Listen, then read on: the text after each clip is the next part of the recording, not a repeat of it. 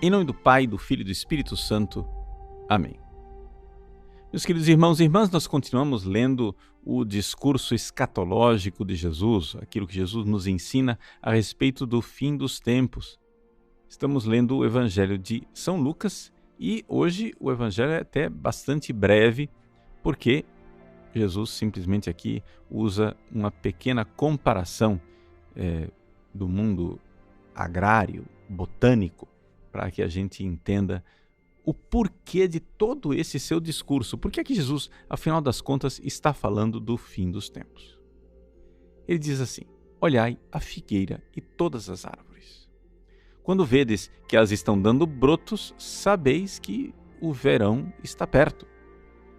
Vós também, quando virdes acontecer estas coisas, ficais sabendo que o reino de Deus está perto. Então esta é a primeira realidade. Os sinais, que Jesus descreveu até agora são sinais bastante catastróficos e problemáticos. Vamos recapitular quais são os sinais que nós vimos até agora. São sinais da época de Jesus, a destruição do templo de Jerusalém. São sinais que acompanham a igreja ao longo dos séculos, ou seja, a perseguição da igreja e guerras, pestes, terremotos. E são sinais que acontecem imediatamente antes da segunda vinda de Cristo, ou seja, a grande tribulação e o abalo cósmico da figura deste mundo que passa. Pois bem, estes sinais todos que acompanham a história da igreja, eles apontam para o reinado de Deus, ou seja, o fato que nosso Senhor Jesus Cristo, como Rei e Juiz, virá para se sentar no trono e julgar os vivos e os mortos. Tudo isso é uma realidade que acontece na história. No entanto, Jesus diz assim: em verdade eu vos digo, tudo isso vai acontecer antes que passe esta geração. Bom, é verdade, a destruição do templo de Jerusalém aconteceu antes que passasse esta geração. Mas existe algo de perene em todas as gerações, em todas as pessoas que seguem Jesus. E o que é que se aplica também à nossa geração? Em que sentido estas palavras de Jesus podem ser verdadeiras também para nós que vivemos no século XXI? Ou seja, o que é que está acontecendo? E o que é que vai acontecer antes que passe a minha geração, a sua geração, a nossa geração? Bom, Jesus está falando do reino de Deus. Quando é que acontece o reino de Deus em nossos corações? Deus reina em nossos corações quando, de alguma forma, nós passamos por uma purificação e outras coisas deixam de reinar. Sim, porque esse é o grande problema espiritual que todos nós vivemos. Nós temos muita coisa sentada no trono do nosso coração. Nós temos pessoas, coisas, objetos, até nós mesmos, ocupando um espaço desproporcional dentro de nós. Veja, não é que as coisas não sejam importantes, não é que as pessoas não sejam importantes, mas elas não podem ocupar o trono central da nossa vida. Nós temos que colocar Deus em primeiro lugar. Deus tentou ensinar isso para o seu povo desde o Antigo Testamento. E o próprio Jesus recorda essas palavras do Deuteronômio capítulo 6. Shema Israel, ouve Israel, que o Senhor, nosso Deus, é o único Deus. Deus é o único Deus. Vejam, aqui não tem lugar para dois.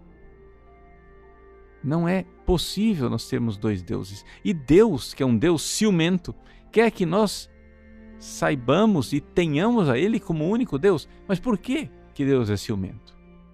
Porque Ele é Deus de amor. E Ele sabe que serão felizes aqueles que o amarem. Deus sabe que nós seremos felizes se nós o amarmos. Então, Não é possível nós sermos felizes com outros deuses. Como um pai bondoso, como um pai que quer bem ao seu filho, Deus então nos envia estes sinais de provação para que nós coloquemos Deus no lugar que lhe é devido, no seu trono, dentro do nosso coração. O reino de Deus é assim. Mas então não nos iludamos. Não vai acontecer de Deus sentar no trono de nosso coração sem grande tribulação interior. Sim, por quê? Porque os deuses falsos que nós colocamos num trono em nossas almas, eles esperneiam antes de sair. Quando a gente fala de purificação interior, nós estamos falando de sofrimento. Não se engane. Não porque Deus queira que nós soframos. Deus quer que nós sejamos felizes. Mas é que nós nos apegamos a estas coisas. E então, se livrar de um Deus falso é como arrancar um braço, arrancar uma mão, arrancar um olho. Mas Jesus diz: vejam, eu estou dando estes sinais externos para que vocês compreendam os sinais internos da purificação. Ou seja, a destruição do templo de Jerusalém, a perseguição da igreja, as pestes, fomes e até mesmo os sinais últimos que virão com a manifestação do anticristo, a grande perseguição e tribulação, o abalo cósmico antes da vinda de Jesus.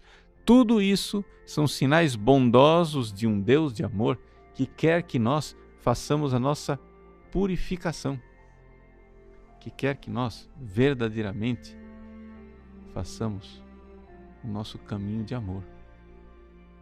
Então, não tenhamos medo.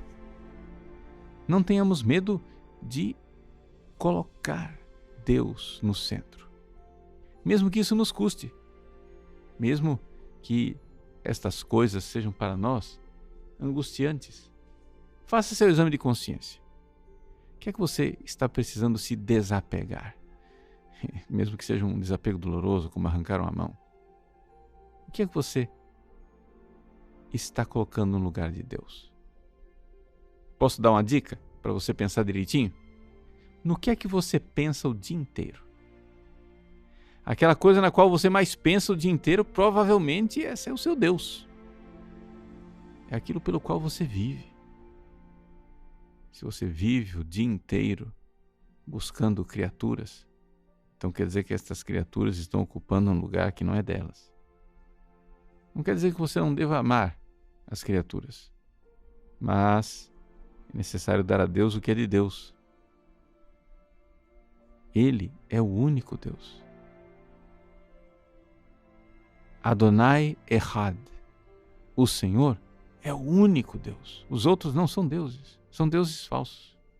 Então, mesmo que nos custe choro, mesmo que nos custe sofrimento, é necessário colocar Deus no lugar dele. Então veja os sofrimentos que a vida impõe a você como sinais amorosos de Deus que convida você a esse desapego. Deus permite estes sinais a respeito dos quais nós estamos refletindo nesses dias como sinais amorosos de quem precisa se desapegar das coisas e colocar Deus em primeiro lugar. Que Deus abençoe você. Em nome do Pai, e do Filho e do Espírito Santo. Amém.